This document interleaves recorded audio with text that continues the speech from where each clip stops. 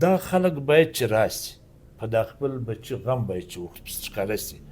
پرایویټ سکول کې له ده څخه پیسې اخیستل کېږي ځکه چې دی همیشه پسې روزانه خپل بچي ته ټیم ورکول پکار دي که نه دي؟ ډېر خلک دلته داسې شوي دي چې بې بچیان یوس پرایویټ کې پر 20 کاله مړ څه بوتل 60 کاله بېرته راوسته. وجه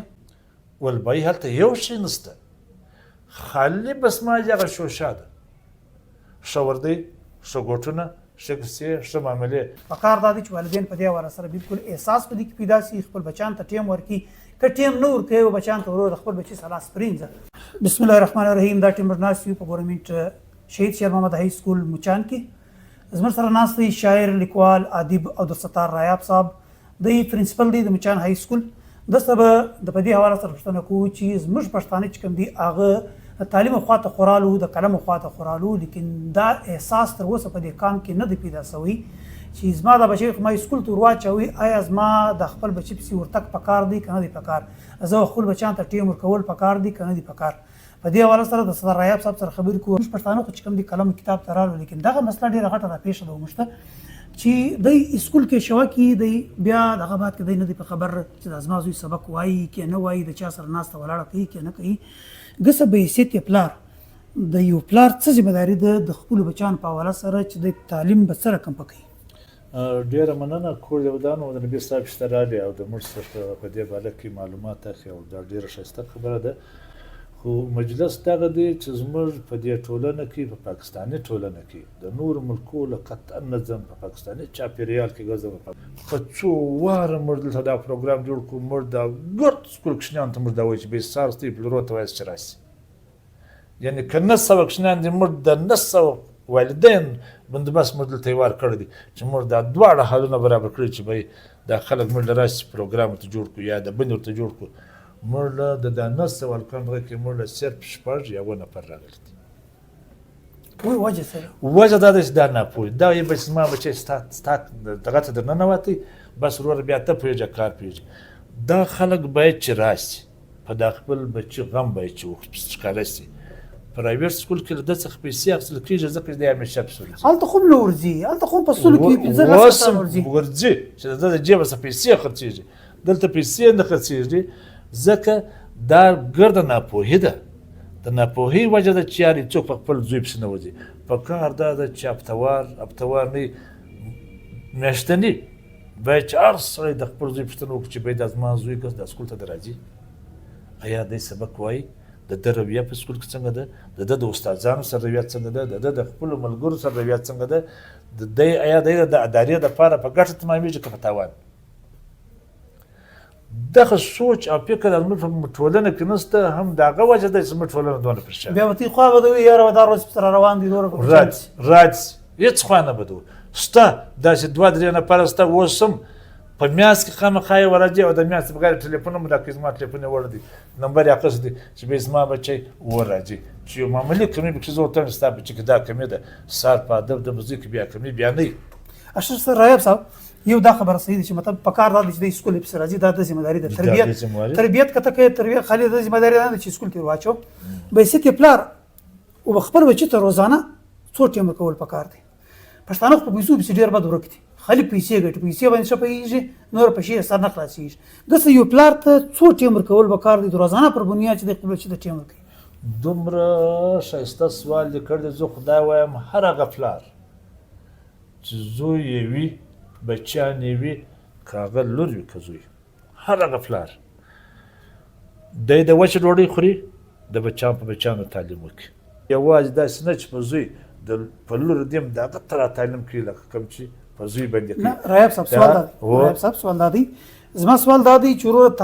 تعلیم د دم سوچ دا دی چې تعلیم ورکړم زه هم ټیم څور کو روزانه خپل بچي ته ټیم ورکول پکار دي که نه دي؟ روزانه څو ټیم ګنټه 2-3 ګنټه 2-3 نه ده باید چې 24 ګنټې په خپل بچي باندې نظر وي. دا بیر مجلس 4 ګنټې هلک سکول ته جنرالي 4 ګنټو بعد که دی چیرې پر کور نه وي دی روزانې نه تللی دی باید چې خپل کور والا ته ووایي خپل لور ته ووایي خپل زوی ته ووایي چې باید د هلک راغلی دا سبق وایي که نه وایي، دا په سبق کښېنوئ دا کوي. ډېر خلک به داسې چې هغه په دا نه پوهېږي چې باید دی اوس څه وایي که نه وایي. دی دې پر کښېنوي بیا د راځي له مړ څه د پوښتنه کوي. دا خو بیا کولی په میاشت کې یې وار راتلی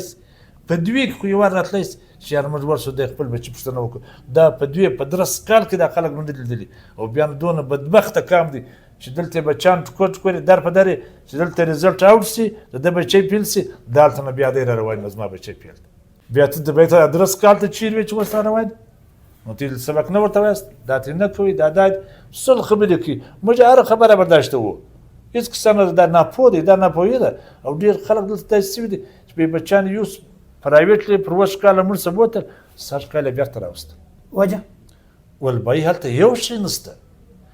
خالی بس ما هغه شوشه ده ښه وردی ښه ګوټونه ښه کیسې ښه معاملې زه یو مجلس درته کوم په دا پرایویټ ادارو کې یو سړی دی هغه هم خپل سکول لري دی نه دی چې هغه خپل سکول نه لري هغه و دا ګرد پرنسپلانو دا پرایویټ ادارو پرنسپلانو ته ویل والبای زبردسته کاروبار موږ ته شروع کړی دی خبره د کاروبار زبردسته کاروبار موږ ته شروع کړی دی بس اوس نه هغه دی چې دا کاروبار کم یو په ایمانداري باندې کوي چې دا کوم پیسې موږ د خلکو د مور د پلار څخه اخو ایا دغه پیسو مطابق موږ سبق ورته وایو که نه ورته وایو د هغو پیسو مطابق موږ دوی ته د دوی ښه تربیه کوو که نه کوو پر دا باندې دا ادارې ګرځېدلو قابل شوي دي چې به دا ته ویل دا کاروبار هغه بالکل کاروبار دی دا کاروبار زم کوم تیم کوي یا بلم کوي یا بلم کوي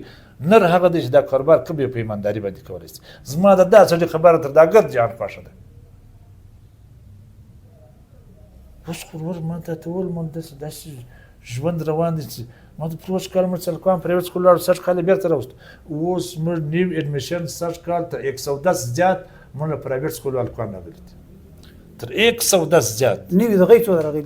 دغه تقریبا 190 تقریبا راغلی 190 هغه دی 110 دا دی 300 نه ټوټل تقریبا 190 داخله قریب شوی ده په دا کې تر 110 پورې مړ پرایویټ سکول ول کوم راغلی نورم در روان دي دا خو اوس ما هغه انیشل سټیج دی دا خو راځي دا روژه ده چې دا روژه نه بیا تعدیل دا دفتر بعد هم حلقه راځي دا راځي 60 کال مړ داخلي کم از کم چې نه کېږي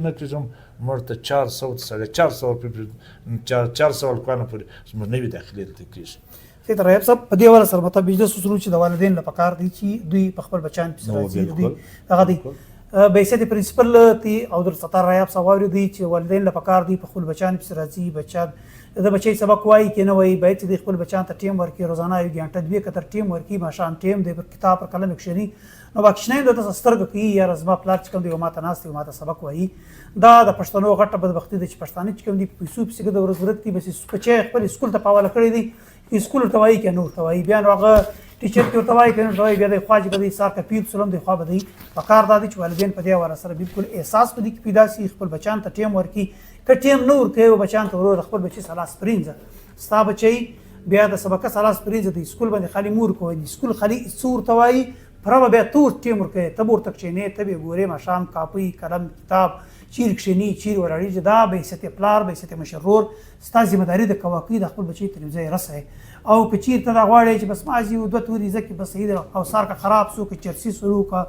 ک کیرونی جوړ سلوک هر شي جوړ سلوک بیا خامه بده په دې باندې چې به ست پلار ستا خپل ذمہ داری نه د پرکړې خپل ذمہ داری تر واخستله پر سکول دی ورلا کړه خالي سکول ذمہ داری نه بلکې ستام ذمہ داری ده یو جهان مننه او دستار رایاب صاحب